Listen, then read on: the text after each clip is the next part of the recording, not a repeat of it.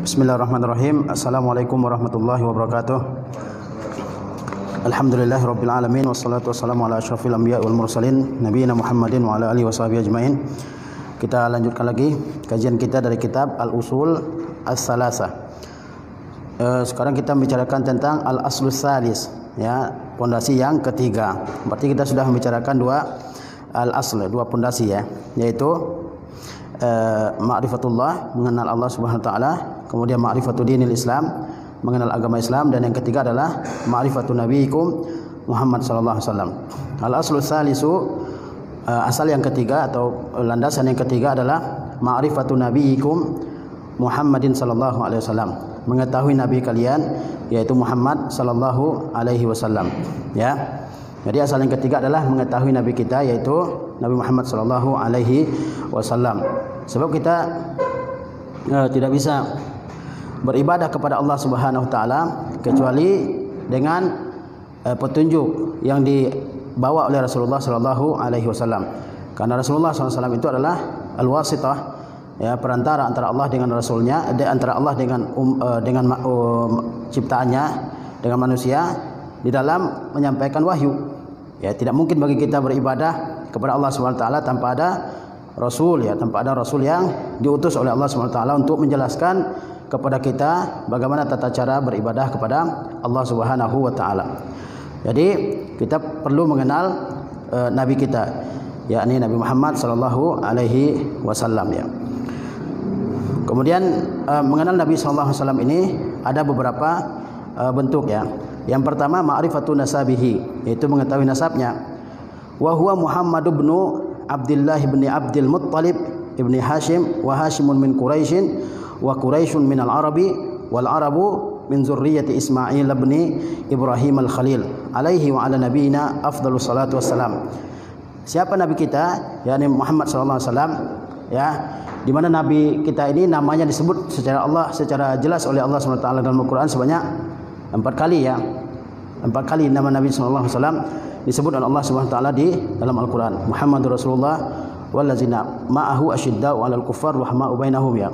Maka Muhammadun aba ahadim min rijalikum walakin Rasulullah khataman nabiyyin, ya. Kemudian Allah wa ma Muhammadun illa rasulun qad khalat min qablihi rusul, ya.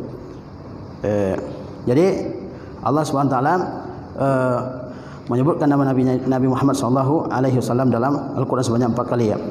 Wa huwa Muhammad ibn Abdul Muttalib, ibnu Abdullah ibn Abdul Muttalib. Beliau adalah Muhammad ibnu Abdullah ibnu Abdul Muttalib, ya. Abdul Muttalib nama aslinya adalah Syaibah. Nama aslinya adalah Syaibah atau Syaibatul Hamd, ya, yang terkenal di kalangan orang Arab sebagai salah satu orang yang dermawan, ya. Nah, dia ketika datang ke Makkah, dia dibonceng oleh pamannya yaitu Al-Muttalib, ya. Kemudian dalam perjalanan yang lama sampai kulitnya berubah menjadi hitam, ya. Sehingga ketika masuk Makkah, orang menyangka bahwa Syaibah ini adalah budaknya Al-Muttalib, sehingga dia disebut Abdul Muttalib, ya. Nama aslinya adalah Syaibah atau Syaibatul Hamd, ya. Nah, sejak itu dia terkenal dengan sebutan apa? Abdul Muttalib. Nama aslinya adalah Syaibah, ya. Ya, Abdul Muttalib adalah anaknya Hashim. Anaknya Hashim, ya. Hashim adalah nama aslinya adalah Amr. Nama aslinya adalah Amr, ya. Dia orang yang pertama yang mencampurkan antara antara daging dengan roti, ya. Dari kata Hashama yahshimu, artinya mencampurkan daging dengan roti lalu disumbangkan kepada kaumnya, ya.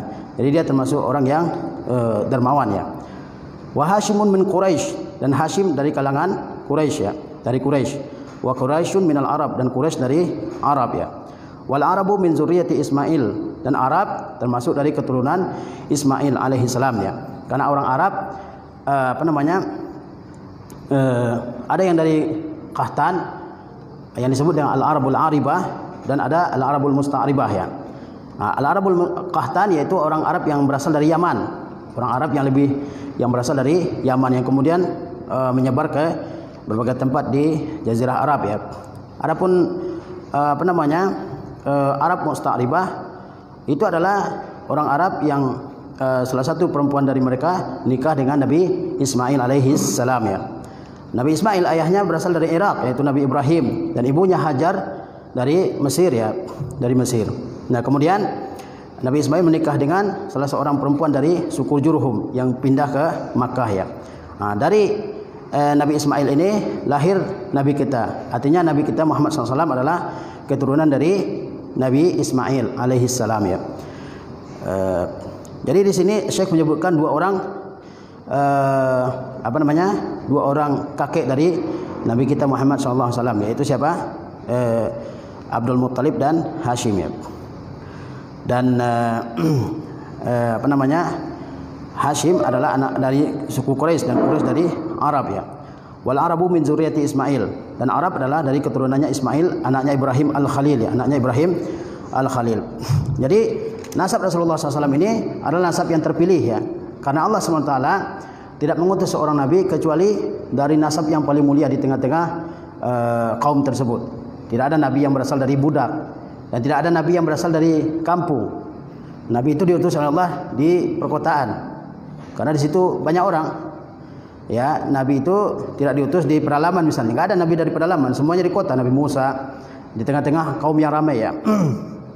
Nabi kita Muhammad SAW dan nabi-nabi yang lain. Karena Nabi tugasnya adalah menjelaskan agama, dan tentu harus ada orang yang banyak di tempat tersebut ya.